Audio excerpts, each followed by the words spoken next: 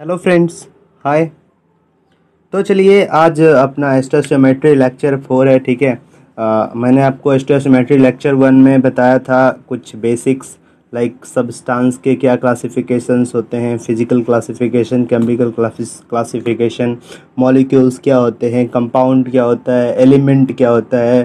ठीक है। Isotope, isobar, सब कुछ हमने बताया था। आप लेक्चर 1 रेफ़र कर सकते हैं। ठीक है। लेक्चर 2 में हमने आपको यूनिट्स बताए थे, कुछ सम इम्पॉर्टेंट यूनिट और कन्वर्जन्स क्या होता है, जिसका इम्पोर्टेंस आज पता चलेगा अपने इस लेक्चर में कि यूनिट वो लेक्चर 2 का क्या इम्पोर्टेंस था। ठीक है। जो लेक्चर 3 है उसमें हमने आपको रिलेटिव एटॉमिक मास कराया था, मोल कॉन्सेप्ट से कुछ क्वेश्चंस कराए थे। ठीक है। और मोल कॉन्सेप्ट के लिए आपको एक क्वेश्चन छोड़ा भी था कि बोला था कि आप लोग करके आइएगा। ठीक है। तो आज मैं उसका पहले सॉल्यूशन बताऊंगा, उसके बाद अपने नेक्स्ट कॉन्सेप्ट में बढ़ेंगे। ठीक। तो चलिए आगे बढ़ते हैं। देखिए क्वेश्चन है, we have a sample containing 3.011 into 10 raised 23 molecules of H2SO4, then find the following. क्या फाइंड करना है फ्रेंड? फाइंड करना है moles of H2SO4, atomicity of H2SO4, moles, जितना भी क्वेश्चंस है ये फाइंड करना है। पिछले क्वेश्चन दिए थे, जो भी ये क्वेश्चन किए होंगे, खुद से बनाए होंगे, वो आप इसका आंसर मैच कर सकते हैं। अगर आपका आंसर मैच कर रहा है तो आप बहुत सही डायरेक्शन में जा रहे हैं, आप मुझे फॉलो कर रहे हैं। और अगर आपका डायरेक्शन नहीं, आंसर नहीं मैच करता है, तो फिर आपको सटीक सॉल्यूशन जानने की ज़रूरत है। तो मैं एक एक सॉल्यूशन आपको बताता हूँ। ठीक। अब देखिए, मुझे पहला जो सॉल्यूशन है, पहला क्वेश्चन है मोल्स ऑफ H2SO4 क्या होगा। ठीक है। मोल्स ऑफ H2SO4 क्या होगा, तो देखिए H2SO4 का अपना इतना मॉलिक्यूल है। ठीक है। अब मोल्स, मान लीजिए आपके पास 24 बनाना है, आपको बोलेगा कि कितना डजन बनाना है, तो आप तुरंत कर दीजिएगा 24/1 डजन, मतलब 24/12, मतलब 2 डजन। ठीक है। तो उसी तरह मोल भी क्या है जी, एक क्वांटिटी है, जो मैंने बताया था आपको पिछले लेक्चर में। ठीक है। तो क्या हो जाएगा यहाँ, moles of H2SO4 number of molecules by Na, जैसे number of banana by dozen, तो डजन की जगह Na, जो डजन 12 होता था, ये Na क्या होता है 6.022 इंटू 10⁻23। ठीक है। और नंबर ऑफ मॉलिक्यूल्स अपने पास कितना है, इतना है। ठीक। इंटू 10⁻24 है। क्वेश्चन में आप देख लीजिएगा। ठीक है। यहाँ भी 24 है। ठीक। यहाँ भी 24 है, टाइपिंग मिस्टेक है, सॉरी। ठीक है। तो क्या हो जाएगा 3.01 10⁻24। ठीक है। तो यहाँ पे ये कटेगा एक 4, तो यहाँ पे बचेगा 10। ये 10⁻23 नहीं है, न्यूमरेटर में 10⁻24 है और डिनोमिनेटर में 10⁻23 है। ठीक। क्लियर? क्वेश्चन में 3.00011 इंटू 10⁻24 मॉलिक्यूल्स। ठीक है, राइट। अब देखिए, तो इसका आंसर आएगा 5, सिंपल डिवीजन है। ठीक। दूसरा क्वेश्चन है अपना, एटोमिसिटी H2SO4 का क्या होगा। H2SO4 का एटोमिसिटी का मतलब होता है number of atoms in H2SO4 molecule. ठीक है। तो number of atoms H2SO4 molecule में क्या है, एटोमिसिटी, किसी भी कंपाउंड का एटोमिसिटी यही होता है, number of elements in the compound.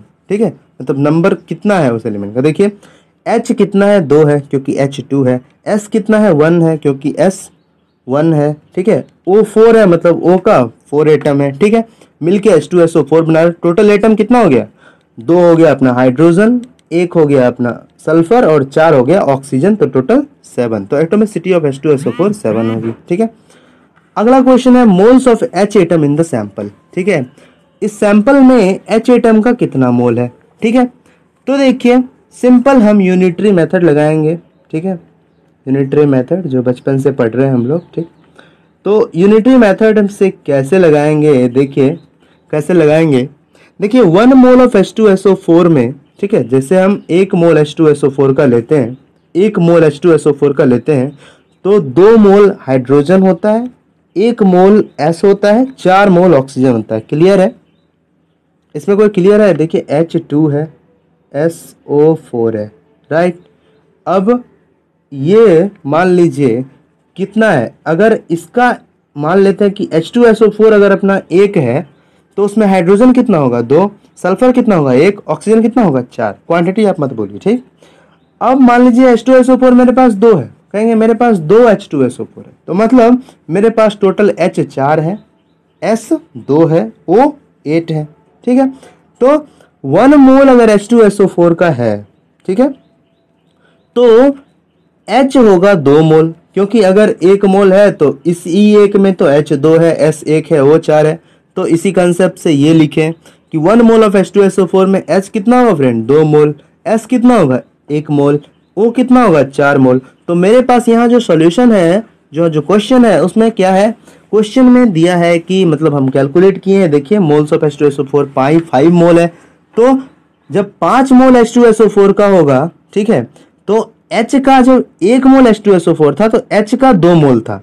जब 5 मोल H2SO4 होगा तो H का 2 इंटू 5 होगा 10 मोल। सिंपल यूनिटरी मेथड, क्लियर है। इसी तरह से आगे भी पूछ रहे हैं moles of S atom in the sample, ठीक है, इसमें भी सेम यूनिटरी मेथड लगाए हैं हम कि 1 मोल H2SO4 में, ठीक है, H का 2 मोल, S का 1 मोल, O का 4 मोल। तो हमको बेसिकली यहाँ S से मतलब है क्योंकि हमको मोल्स ऑफ S एटम निकालना है। तो 5 मोल H2SO4 का मतलब ये 5 मोल आंसर होगा, ठीक। अब देखिए पांचवा क्या है, total number of O atom in the sample. अब देखिए total number of O atom पूछ रहा है, ठीक है, मोल ऑफ O एटम नहीं पूछ रहा है। तो टोटल नंबर निकालने के लिए क्या करेंगे, पहले मोल निकाल लेते हैं कि कितना मोल होगा जी, ठीक। फिर 1 मोल में कितना एटम होता है उसको मल्टीप्लाई कर देंगे उससे, मतलब एवोगाड्रो नंबर से, Na से 6.022 × 10⁻23 से। तो मुझे क्या मिल जाएगा जी, total number of O atom, ठीक है। अब देखिए ग्राम एटम ऑफ O और नंबर ऑफ मोल्स ऑफ, देखिए ग्राम एटम को ही नंबर ऑफ मोल्स भी कहा जाता है कई बार, ठीक है, तो इसलिए मैंने लिख दिया है ताकि आपको याद रहे। तो ग्राम एटम ऑफ O और number of moles of O equal to क्या होगा, 5 × 4। यूनिटी मेथड है ना जी, क्योंकि देखिए 1 मोल H2SO4 में 4 मोल ऑक्सीजन आ रहा है, ठीक है। तो 5 मोल H2SO4 में क्या होगा, 4 × 5 मतलब 20 मोल अपना ऑक्सीजन आएगा।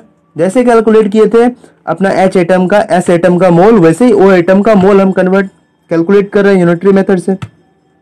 अब 1 मोल में 6.022 × 10⁻23 एटम्स होता है, ठीक। तो 20 मोल में कितना हो, क्योंकि मेरे पास तो O का 20 मोल है, तो 20 मोल में कितना होगा ये नंबर, यानी 6.022 × 10⁻23 × 20, क्योंकि 1 मोल में कितना होता है 6.022 × 10⁻23, और उसको क्या बोलते हैं Na भी प्यार से, उसी को क्या बोलते हैं एवोगाड्रो नंबर भी, ठीक है। तो 20 Na भी लिख सकते हैं, आप चाहिए तो इसे मल्टीप्लाई करके भी लिखें तो कोई बात नहीं है, मल्टीप्लाई करके भी सही है, इस फॉर्म में भी सही है, हमने इस फॉर्म में रखने की कोशिश की है, ठीक। अब देखिए अगला क्वेश्चन है total number of atoms in the sample, ठीक है। अब टोटल, ऐसा अभी तो पूछा कि total number of O atom in the sample, अब मुझे पूछ रहा है total number of the atom in the sample. Total number of atom in the sample कहने का मतलब ये है कि सैंपल, मतलब सैंपल मेरे पास किस चीज का है, H2SO4 का सैंपल है, ठीक है।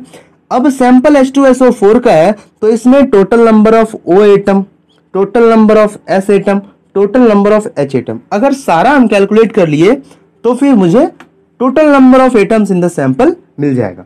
अब देखिए total number of O atom तो हमने कैलकुलेट किया ही है, 20 × Na, 20 Na यहाँ कैलकुलेट किया है। इसी वे में क्या किए थे, यहाँ बेसिकली मोल को Na से मल्टीप्लाई कर दिए थे कि जितना भी मोल है उतना इंटू Na, वही तो टोटल नंबर ऑफ एटम है उसका। तो यहाँ क्या हो जाएगा, O के लिए 20 × Na, ठीक है, और अपना S एटम के लिए क्या हो जाएगा ये 5 × Na। देखिए S एटम के लिए 5 × Na, क्योंकि S का 5 मोल था, H का 10 मोल था तो 10 × Na, ठीक। तो टोटल क्या होगा 20 Na + 5 Na + 10 Na, Na common ले लीजिए, 20 + 5 + 10 मतलब 35 Na आंसर। आप इसे मल्टीप्लाई भी कर सकते हैं, 35 × 6.022 × 10⁻23, आपको मल्टीप्लाइड आंसर भी आएगा तो वो भी सही है। तो चलिए आज अपन कंसेप्ट में बढ़ते हैं आगे। ये तो पिछले क्लास का क्वेश्चंस था जो हमने आपको कराया, ठीक है। कंसेप्ट में बढ़ते हैं। अब देखिए आइडियल गैस के लिए ये इक्वेशन होता है PV = nRT। आई थिंक आप ये पढ़े होंगे, क्लास 9th में भी थोड़ा सा इंट्रोडक्शन है इसका, आप पढ़े होंगे, लेकिन आप इस पे फुल PhD करिएगा गैसेस स्टेट में, ठीक है, कि आइडियल गैस का क्या फॉर्मूला होता है, रियल गैस का क्या फॉर्मूला होता है, आइडियल गैस की क्या प्रॉपर्टीज होती है, क्या बिहेवियर होते हैं, रियल गैस की क्या प्रॉपर्टीज, क्या बिहेवियर होते हैं, आपको सब कुछ स्टडी करना है बहुत डिटेल्स वे में, इसलिए कोई दिक्कत नहीं है, ठीक। मैं यहाँ बेसिकली आपको कुछ कंसेप्ट बताने जा रहा हूँ, कुछ रिमेंबरिंग चीज जो याद रखनी होती है स्टोइकोमेट्री के क्वेश्चन सॉल्व करने में, इसलिए आइडियल गैस का थोड़ा सा कंसेप्ट आया जी, कोई डरने की बात नहीं है, ठीक है। तो देखिए PV = nRT है, तो PV को N को देखिए जो नंबर ऑफ मोल है अपना उसको वेट बाय मॉलिक्यूलर वेट भी लिखते हैं। जैसे वेट जो ग्राम में दिया है, bye molecular weight in gram. Number of मोल को लिखते हैं ऐसे, ये मैंने आपको पिछले लेक्चर में बताया था। अगर आपको नहीं समझ में आ रहा है तो आप पिछले लेक्चर रेफर कर सकते हैं कि मॉलिक्यूलर वेट इन ग्राम, उसी को तो नंबर ऑफ मोल कहते हैं। ठीक है, कि मॉलिक्यूलर वेट इन ग्राम मतलब 1 मोल हुआ। ठीक, तो मतलब आप मेरा पिछला लेक्चर रेफर कीजिए, ये आसान है, आपको तुरंत समझ में आ जाएगा। ठीक है, मैं इसके लिए टाइम वेस्ट नहीं करना चाहूँगा। आप प्लीज़ पिछला लेक्चर रेफर कीजिए जिसमें मैंने मोल कंसेप्ट बताया है, लेक्चर 2 और लेक्चर 3। ठीक है, तो चलिए, तो नंबर ऑफ मोल क्या होता है जी, वेट बाय मॉलिक्यूलर वेट, तो W/m लिखा हमने n को, और RT को वैसे ही रहने दिया। अब मैंने m को LHS की तरफ ले आया, m को LHS की तरफ ले आया और अपने v को RHS की तरफ ले गया। LHS means left hand side, RHS means right hand side. ठीक, तो अब मुझे PM इक्वल टू W/V/RT हो गया, इसी को बस मॉडिफाई किया है हमने। तो अब W/V यानी वेट बाय वॉल्यूम को हम डेंसिटी भी लिख सकते हैं, क्योंकि डेंसिटी वेट बाय वॉल्यूम होता है। आप पढ़े होंगे डेंसिटी मास बाय वॉल्यूम, तो वेट मतलब वेट कहने का मतलब यही, वेट इन ग्राम, न्यूटन में नहीं। ठीक है, तो वेट बाय वॉल्यूम डेंसिटी होता है, क्योंकि डेंसिटी मास बाय वॉल्यूम होता है, वो आप पढ़े होंगे क्लास 9th में, कुछ नहीं है उसमें। अब देखिए, ये दोनों जो फॉर्मूला ड्राइव किए, इसका अपन का बहुत यूज आने वाला है। ठीक है, तो देखिए क्या क्या यूज आने वाला है, इसमें क्या होता है। देखिए, इस फॉर्मूला में आपको जो भी मैं बोलूंगा और जिस यूनिट में बोलूंगा, आपको उसी यूनिट में पुट करना है, तो आप एक्चुअल रिजल्ट तक पहुंच पाइएगा। अब देखिए, यूनिट का इंपॉर्टेंस आपको यहां से पता चलने लगेगा। देखिए, P क्या होता है, प्रेशर ऑफ गैस होता है, लेकिन ATM में लेते हैं। अब प्रेशर ऑफ गैस का तो डिफरेंट यूनिट्स हो सकता है, ATM हो सकता है, बार हो सकता है, पास्कल हो सकता है, टॉर हो सकता है, लेकिन आपको लेना ATM। अब मेरी बात आप समझिए, V को लेना है volume of gas in litre, N को लेना है number of moles of gas, ठीक, T को लेना है टेम्परेचर इन केल्विन, तब आपको R कांस्टेंट की जो वैल्यू आएगी वो 0.0821 लीटर ATM मोल पर केल्विन आएगी। ठीक है, तो आपको ऐसा ही लेना है, तभी आपको वॉल्यूम लीटर में आएगा, नहीं तो नहीं आएगा। ठीक है, और आप पछताते रहिएगा। तो यही है यूनिट का इंपॉर्टेंस फिजिकल केमिस्ट्री में, आपको यहां से दिखने लगेगा। देखिए, मोलर वॉल्यूम क्या होता है, पहले तो मैं एक टर्म डिफाइन कर देता हूं। मोलर वॉल्यूम होता है कि वॉल्यूम फॉर 1 मोल, मतलब मोलर वॉल्यूम कहने का मतलब है कि 1 मोल का जितना वॉल्यूम है, वॉल्यूम 1 मोल का जितना है, मतलब एक किसी सब्सटेंस का, किसी एलिमेंट का, किसी कंपाउंड का 1 मोल जितना वॉल्यूम ऑक्यूपाई कर रहा है। जैसे 1 मोल पड़ेगा जी तो कुछ स्पेस छेकेगा ना, तो उस स्पेस को, ठीक है, कि 1 मोल का स्पेस छेक रहा है, उसको मोलर वॉल्यूम कहते हैं। ठीक, उसका नोटेशन हम Vm से उसे डिनोट करते हैं। ठीक, तो अब देखिए, सिंपल हम क्या करेंगे, इक्वेशन में पुट करेंगे और अपने सेटिस्फाइड रिजल्ट पे आएंगे। सेटिस्फाइड रिजल्ट का मतलब ये कि ये अपन को अगर आगे क्वेश्चन सॉल्व करते हैं तो अपन को ये बहुत हेल्प करने वाला है। ठीक है, अब देखिए मेरे पास जो इक्वेशन है वो है PV इक्वल टू NRT। मैंने देखिए एक एक चीज लिखा है, आपको समझने में कहीं दिक्कत नहीं होगा, तो मैं थोड़ा सा तेज बोलता हूँ। ठीक, अब देखिए, मोलर वॉल्यूम का मतलब है कि N equal to, if N equal to 1 then get Vm। ठीक है, तो Vm मिलता है मुझको जब क्या होता है, N 1 के बराबर होता है, मतलब नंबर ऑफ मोल 1 मोल होता है, तभी तो वही तो मोलर वॉल्यूम का डेफिनेशन है, मोलर वॉल्यूम मतलब Vm। ठीक, तो PVM, अगर हम V को Vm से लिख दें तो नंबर ऑफ मोल क्या हो जाएगा जी, बेसिकली 1। तो PVM equal to 1 into R into T, तो मतलब Vm क्या हो जाएगा, RT/P, मतलब जो मोलर वॉल्यूम का फॉर्मूला है वो RT/P है। इसको भी आपको रिमेंबर रखना है, याद रखना है। मैंने डिराइव कर दिया, अब आपको इसे याद रखना है। ठीक है, अब देखिए Vm इक्वल टू RT/P का कितना यूज होगा, और PM इक्वल टू DRT, उसे भी मैंने डिराइव किया था पिछले स्लाइड में, तो आप इसे भी याद रखिएगा। अब देखिए PM इक्वल टू DRT होता है। ठीक, तो D इक्वल टू PM/RT। अब PM/RT को मॉडिफाई करके लिख सकते हैं, देखिए PM इक्वल टू DRT, तो D क्या होगा, PM/RT। ठीक, तो यहां से क्या होगा, M/RT/P, इसको मॉडिफाई करके देखिए RT/P होगा, तो ये डिनोमिनेटर में है, जब इसको सिंप्लीफाई करेंगे तो ये P ऊपर जाएगा, मतलब इसी को हम इस फॉर्म में लिखें। अब M क्या है, मोलर मास है, RT/P क्या है, मोलर वॉल्यूम है, मतलब डेंसिटी जो अपनी होती है वो मोलर मास व मोलर वॉल्यूम मतलब m/vm के बराबर होती है। ये आपको एज इट इज याद रखना है, ठीक है। चलिए आगे बढ़ते हैं। इसमें क्या है देखिए, अब कुछ कुछ कंडीशन है जो मैंने पहले भी थोड़ा सा डिस्कस किया था। एक जगह मुझे जरूरत पड़ी थी उसकी कंडीशन की, जब मैं लॉसमिट नंबर डिफाइन कर रहा था, तो उस वक्त भी मैंने आपको स्किप किया था कि मैंने बोला था कि मैं आपको आगे पढ़ाने वाला हूँ। तो देखिए यहाँ पे मैं पढ़ा रहा हूँ, और देखिए ये IUPAC का निर्धारित स्टैंडर्ड है कि NTP एक होता है, एक STP होता है और एक SATP होता है। मैं तीनों बताऊंगा और तीनों में IUPAC क्या रिकमेंड करता है मुझे वही लेना है, अपने को अपने मन से कुछ नहीं लेना है, ठीक है। तो NTP क्या होता है जी? नॉर्मल टेम्परेचर प्रेशर इसका फुल फॉर्म होता है। कंडीशन IUPAC सजेस्ट करता है कि आपको प्रेशर 1 atm लेना है यहाँ और टेम्परेचर 273.15 केल्विन लेना है, राइट। अब देखिए हम यहां से कुछ चीज डिराइव करेंगे जो अपन को आगे बहुत काम आने वाला है, ठीक है। तो Vm इक्वल टू RT/P पहले डिराइव कर चुके हैं। अब देखिए RT क्या, RT मतलब 0.0821, T टेम्परेचर केल्विन में लेना है, प्रेशर को ATM में लेना है। मैंने बताया था जब PV इक्वल टू NRT लिखा था और PM इक्वल टू DRT लिखा था, उस समय मैंने आपको बताया था ये चीज बहुत अच्छे से कि किसको किस यूनिट में लेना है और उसको उसी यूनिट में यहाँ पे पुट करना है। तब आपको उस यूनिट में जो हम चाह रहे हैं मेरा Vm जो है लीटर में आए, वो तभी आएगा जब हम उसको सेम यूनिट में रखेंगे, ठीक है। तो देखिए Vm इक्वल टू RT/P है, तो R की वैल्यू रखा हमने जो 0.0821 है, T की वैल्यू केल्विन में रखा और प्रेशर की वैल्यू ATM में रखा, तो मुझे आया 22.43 लीटर। अब इसका बहुत यूज होगा कि NTP पे जो Vm होता है वो 22.4 लीटर होता है, ठीक है।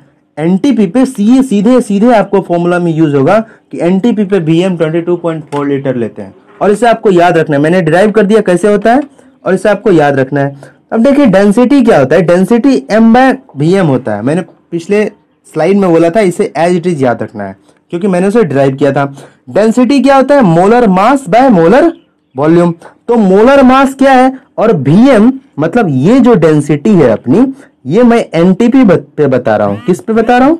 NTP पे जो डेंसिटी होगी वो molar mass by molar volume. तो अब जो Vm है अपना NTP पे वो 22.4 है जो कि कांस्टेंट है।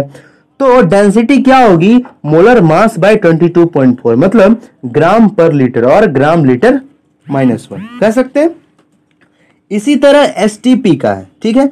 STP मतलब फुल फॉर्म होता है standard temperature pressure. IUPAC recommend करता है कि STP कंडीशन में आपको प्रेशर 1 बार लेना है और टेम्परेचर 273 केल्विन के अप्रॉक्स लेना है, ठीक है। ये आपको IUPAC रिकमेंड करता है कांतेश कुमार ने, ठीक। अब देखिए तो Vm इक्वल टू RT/P यहां से भी। अब देखिए R तो 0.0821 लेना है, वो तो लिखा था वहां। T केल्विन में लेना है, सही है भाई, केल्विन में ही है, ले लिए।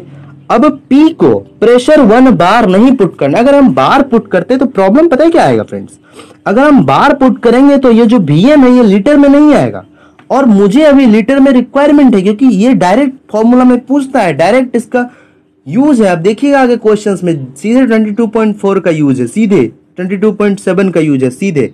तो प्रेशर को जब हम लेंगे ATM में तभी मुझे आंसर Vm जो है वो लीटर में आएगा। तब 1 बार को ATM में कन्वर्ट करने पे क्या होगा, 1/1.0132 ATM। मैंने कन्वर्जन बताया था अपने लेक्चर 2 में, प्लीज से रेफर कीजिए अगर आपको नहीं पता चल रहा है तो, ठीक है। तो मैंने लिख भी दिया है कन्वर्टेड बार इनटू ATM। तो डेंसिटी फिर से क्या हो जाएगी, molar mass by molar volume. अब यहाँ अपना STP पे जो डेंसिटी होगी वो molar mass by molar volume, तो मोलर वैल्यू हमने निकाला 22.7 लीटर। तो इसका मतलब है कि जो STP पे अपनी डेंसिटी होगी वो मोलर मास बाय 22.7 ग्राम पर लीटर और ग्राम लीटर -1 होगी, ठीक है। इसी तरह स्टैंडर्ड एम्बिएंट टेम्परेचर प्रेशर में IUPAC रिकमेंड करता है कि आपको प्रेशर जो है वो 1 बार के इक्वल लेना है और टेम्परेचर 298 केल्विन को लेना है। अब यहाँ भी सेम तरीके से Vm निकालेंगे RT/P। अब P क्या है, बार में है, उसको हमको ATM में कन्वर्ट करना है, ATM में कन्वर्ट कर दिए, ठीक। तो क्यों कन्वर्ट करना है बताया था अभी जस्ट, ठीक। तो अब ये मेरा क्या आंसर आया जी, 24.78 लीटर Vm की वैल्यू, ठीक। तो डेंसिटी क्या होगी, molar mass by molar volume, जो कि एज इट इज है। तो molar mass by molar volume, molar mass दिया हुआ रहेगा क्वेश्चन में, और मोलर वॉल्यूम जो कांस्टेंट है उसका वैल्यू है 24.78 ग्राम पर लीटर भी इसका यूनिट होगा। ठीक है, क्योंकि देखिए मोलर मास क्या है ग्राम, और बाय लीटर है तो ग्राम पर लीटर, क्योंकि बीएम क्या है तो लीटर में आ रहा है, तो ग्राम पर लीटर और ग्राम लीटर इनवर्स। ठीक है, अब देखिए मैं एक चीज आपको बताऊंगा, वो आपको एकदम एज इट इज याद रखना है। ये हम कंक्लूजन निकाल रहे हैं, क्या निकाल रहे हैं? कंक्लूजन, और आपको अच्छे से याद रखना है। कंक्लूजन क्या है फ्रेंड्स? देखिए मोल जो एन होता है वो पीवी बाय आरटी होता है। क्यों? क्योंकि पीवी इक्वल टू एनआरटी होता है, एन क्या हो जाएगा पीवी बाय आरटी, आसान है। अब पीवी बाय आरटी को हम V by RT by P भी लिख सकते हैं, इस वे में V by RT by P लिख सकते हैं, राइट। अब V by RT by P लिख सकते हैं तो वी बाय वीएम लिख सकते हैं, क्योंकि वीएम जो मोलर वॉल्यूम अपना वो आरटी बाय पी के बराबर होता है। ठीक है, तो वीएम को आरटी बाय पी लिखते हैं, तो वी बाय वीएम हो गया। ठीक, अब देखिए तो नंबर ऑफ मोल जो एन है वो वी बाय वीएम हो गया, right. Number of mole N क्या हो गया? V by VM. अब ये जो वी है वो वॉल्यूम ऑफ गैस, अभी देखा हमने वीएम जो है, वीएम जो भी है, ठीक, वो क्या है? अलग अलग है सारे कंडीशन में। ठीक, तो जब एनटीपी पे रहेगा तो नंबर ऑफ मोल क्या होगा? Volume of gas at NTP in litre by 22.4 litre, क्योंकि नंबर ऑफ मोल क्या होता है? वॉल्यूम, तो वॉल्यूम बाय वीएम, तो वीएम अगर एनटीपी का लेंगे, जैसे वीएम यहाँ 22.4 लीटर ले रहे हैं जो एनटीपी का है, तो ऊपर वॉल्यूम ऑफ गैस भी एनटीपी पे ही लेंगे। ठीक, इसी तरह volume of gas at STP in litre by 22.7, क्योंकि ये वीएम किसका है जी? एसटीपी का है, नीचे वीएम आ रहा है, और वीएम अभी हम कैलकुलेट किए हैं सारे का। और जो एसएटीपी है मतलब स्टैंडर्ड एम्बिएंट टेम्परेचर प्रेशर, उसमें 24.78 ये भी कैलकुलेट किए हैं, तो ऊपर भी क्या लेंगे? Volume of gas at STP in SATP in litre. ठीक है, तो चलिए इस लेक्चर में इतना ही। मैं आगे के लेक्चर में इस पे बेस्ड आपको क्वेश्चंस कराऊंगा। उम्मीद है कि आपको मेरे लेक्चर्स अच्छे लग रहे होंगे। अगर आपको मेरे लेक्चर अच्छे लग रहे हैं तो प्लीज़ अपने फ्रेंड्स में शेयर कीजिए और उन्हें भी इसका बेनिफिट पहुंचे। ठीक है, तो चलते हैं, बाय, मिलते हैं नेक्स्ट लेक्चर में। Thank you. लग रहे हैं